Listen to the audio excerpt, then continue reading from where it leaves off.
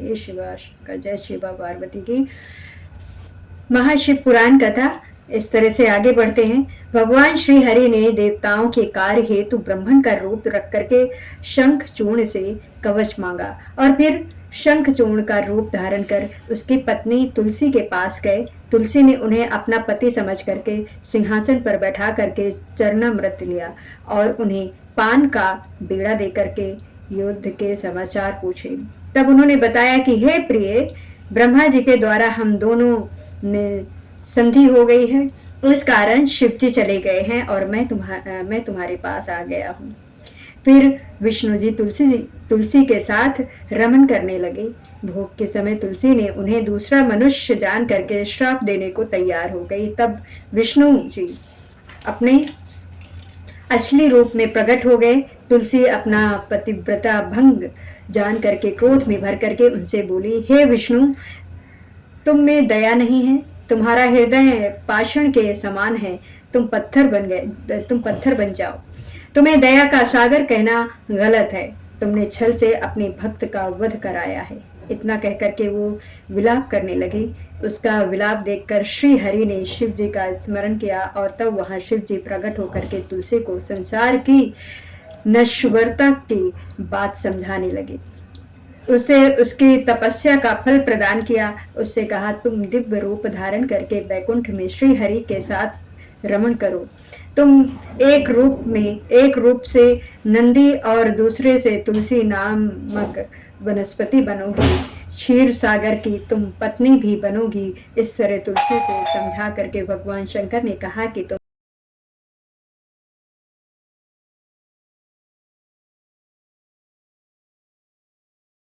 क्षीर सागर की तुम पत्नी भी बनोगी। इस तरह तुलसी को समझाकर भगवान शंकर ने कहा कि तुम्हारे श्राप से विष्णु भी शिला बनकर के तुम्हारे साथ नदी के जल में रहेंगे। उस शिला को अनेक कीड़े काट काट करके चक्र के निशान बना देंगे, तब उसे विष्णु शालिग्राम कहा जाएगा। इस प्रकार तुलसी को समझा करके शिव जी अंतर्धान हो गए। तुलसी भी शरीर को त्याग करके दिव्य रूप धारण करके विष्णु के साथ बैकुंठ को चली गई।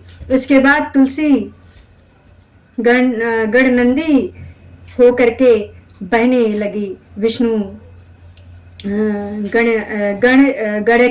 गड़की नदी होकर के बहने लगी। विष्णु जी नदी के तट पर पत्थर बन गए। कीड़ों ने उस पत्थर को काट काट करके चक्र के निशान बना दिए। वे पत्थर बड़ी ही पूर्णदायक हुए। हरि अच्छा वध। एक बार भगवान शिव पार्वती के साथ काशी नगरी में आए। वे काशी को अपनी राजधानी बना करके रहने लगे। भैरव को काशी नगरी का रक्षक बनाया गया। वे वहां तरह तरह की लीला करते हुए सुखपूर्वक रहने लगे। इसी प्रकार वे मदारचल पर्वत पर भी पार्वती के साथ विराह करते रहे। एक बार पार्वती जी ने खेल खेल में अपने कमल रूपी हाथों से भगवान शिव जी के नेत्रों को बंद कर दिया।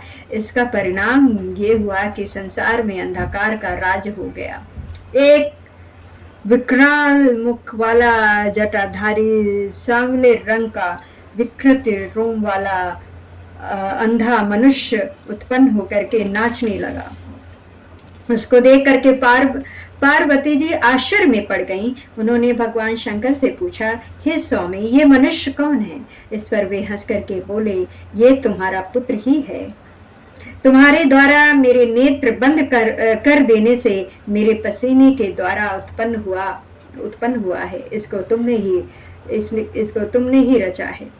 अब तुम अपनी सखियों और गणों की सहायता से इसकी रक्षा करो। तब पार्वती जी ने उसकी रक्षा का प्रबंध किया। उसी समय हिरण्याक्षय नामक एक दैत्य पुत्र की इच्छा से भगवान शंकर की आराधना कर रहा था। वे उसे वर प्रदान करने हेतु उसके पास गए। हिरण्याक्षय ने कहा, प्रभु मेरे भाई हिरण्यशिपुत्र के प्रहलाद आदि 5 पुत्र हैं, मैं पुत्र विहीन हूँ।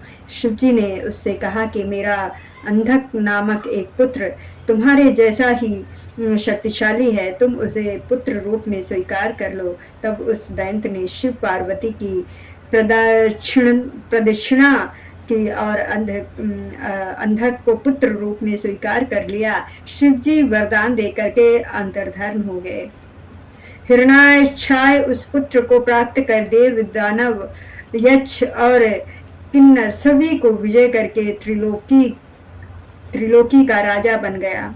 वो देवताओं को पीड़ित करने लगा। देवताओं ने यज्ञ स्वरूप 12 रूप वाले विष्णु जी की आराधना की। तब वाराह ने अपनी विकराल दाढ़ों से प्रहार करके राक्षसों को मार करके चक्र द्वारा हिरण्याक्षय का सिर काट करके अंत कर दिया और उसके राज्य पर अंधक का अभिषेक किया। फिर उसने पृथ्वी को अपनी कराल दाढ़ों से उठा करके पाताल से ऊपर ला करके स्थापित किया। इस पर सभी देवताओं ने प्रसन्न होकर के उनकी तुष्टि की। हिरण्यशिव वध। वाराह रूपी विष्णु जी ने जब हिरण्याक्षय का वध कर डाला तो उसका भी हिरण्यकश्यप पुत्र विष्णु को अपनी शत्रु मानने लगा। वो मंदराचल की एक गुफा में जाकर के एक पैर के अंगूठे से खड़े होकर के भुजाएं ऊपर उठा करके ब्रह्मा जी का घोर तप करने लगा। हिरण्यकश्यप के तप से प्रसन्न होकर के ब्रह्मा जी से उसे वरदान देने गए। उसने ब्रह्मा जी से वरदान में मांगा कि मुझे कभी मृत्यु का डर न रहे और मैं किसी अस्त्र शस्त्र 5 व्रज वृक्ष पर्वत आदि से न मरूं, जल अग्नि मुझे न मार सके, देवता दैत्य मुनि सिद्ध मनुष्य पशु कोई भी जीव मुझे न मार सके, स्वर्ग में पाताल में बाहर भीतर दिन रात मैं न मरूं। ब्रह्मा जी तथास्तु कह करके अंतर्धान हो गए। वो उठ करके 40,000 वर्ष तक के लिए राज्य करने के लिए असुराधिपति बन गया। वो राज्य पा करके उन्मत्त हो गया और त्रिलोकी की पार अत्याचार करने लगा। चारों ओर त्राही त्राही मच गई। वो सभी धर्मों का विनाश करने लगा। इस प्रकार इंद्रिक देवता ब्रह्मा जी को साथ लेकर के क्षीर सागर में विष्णु के पास गए। उनको अपने सारे दुखों से परिचित कराया। विष्णु जी ने उन्हें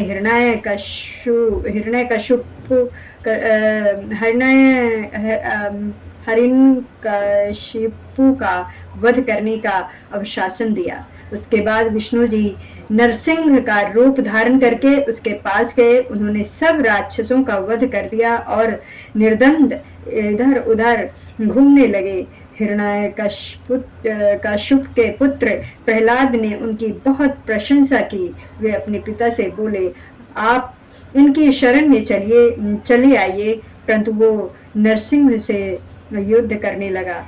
बड़ा घमासान युद्ध हुआ। नरसिंह के आगे उसकी एक न चली। नरसिंह ने उसे अपने जांघाओं में रख करके उसके मर्म स्थानों को अपने नखूनों से वितरणी कर दिया। उसकी मृत्यु के पश्चात प्रहलाद का राज्य अभिषेक किया गया। इस प्रकार भगवान शिव के अंधक का जन्म, हिरण्यकश्यप का वध, प्रहलाद को राज्य प्राप्ति आदि की कथाएं आप लोगों को सुनाई। अब अंधक की कहानी सुनिए।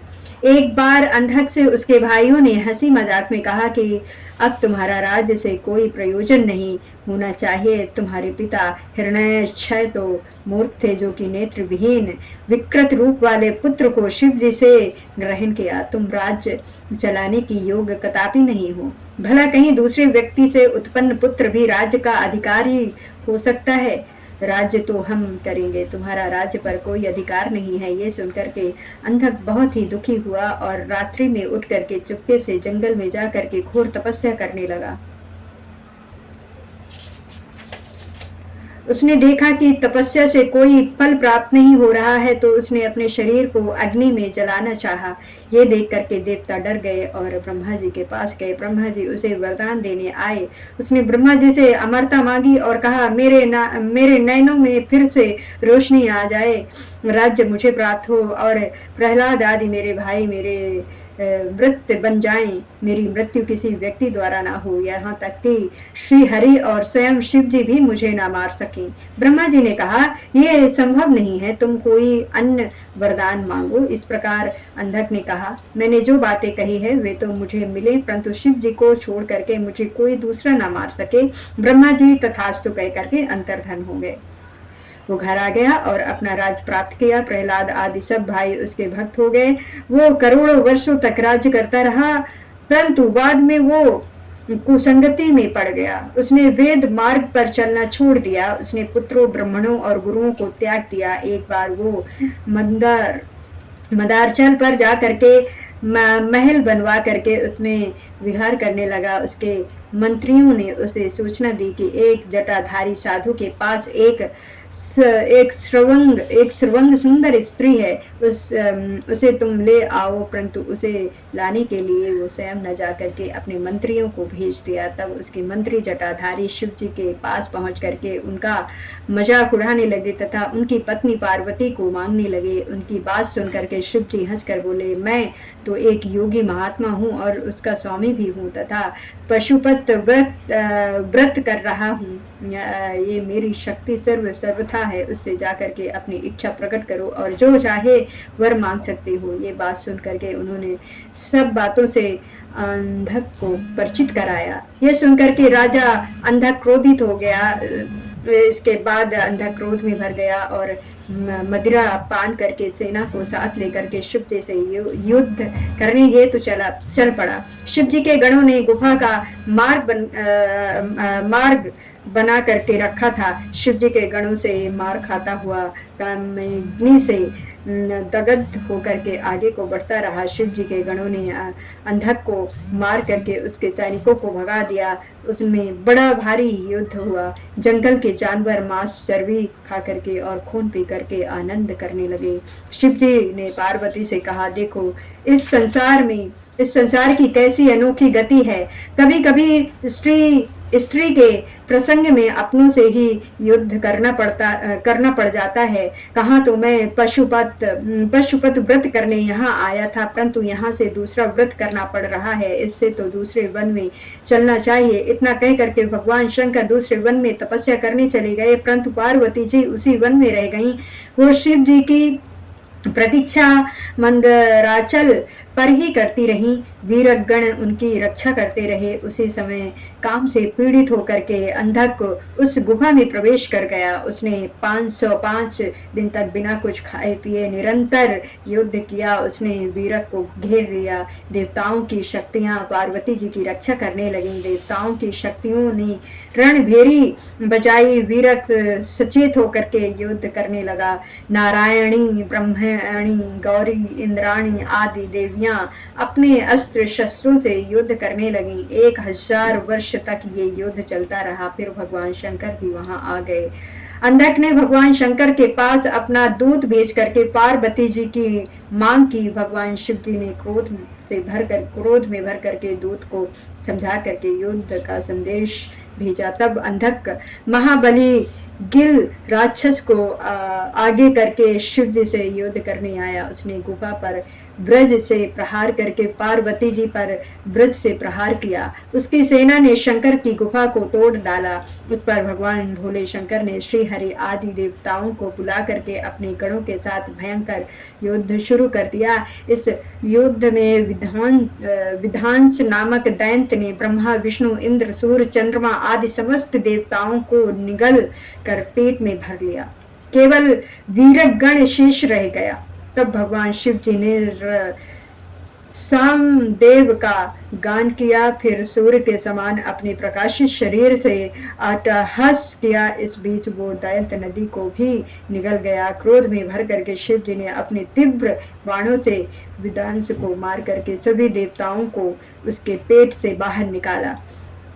शुक्राचार्य मरे हुए दैत्यों को फिर से सजीवित कर रहे थे। इस पर एक फल की तरह शिव जी शुक्राचार्य को निगल गए। इससे दैत्यों का बल क्षीण होता चला गया। देवताओं ने दैत्यों को मार मार करके व्याकुल कर दिया। अंधक को मार मार करके उसके शरीर को जर्जर बना दिया। मरते समय अंधक ने शिव जी की तुष्टि की तो शिव जी ने प्रसन्न होकर के उसे अपना गणपति बना दिया। अब भगवान शिव पार्वती के लेकर के अपनी गुफा में चले गए। हर हर महादेव, हर हर महादेव, हर हर महादेव।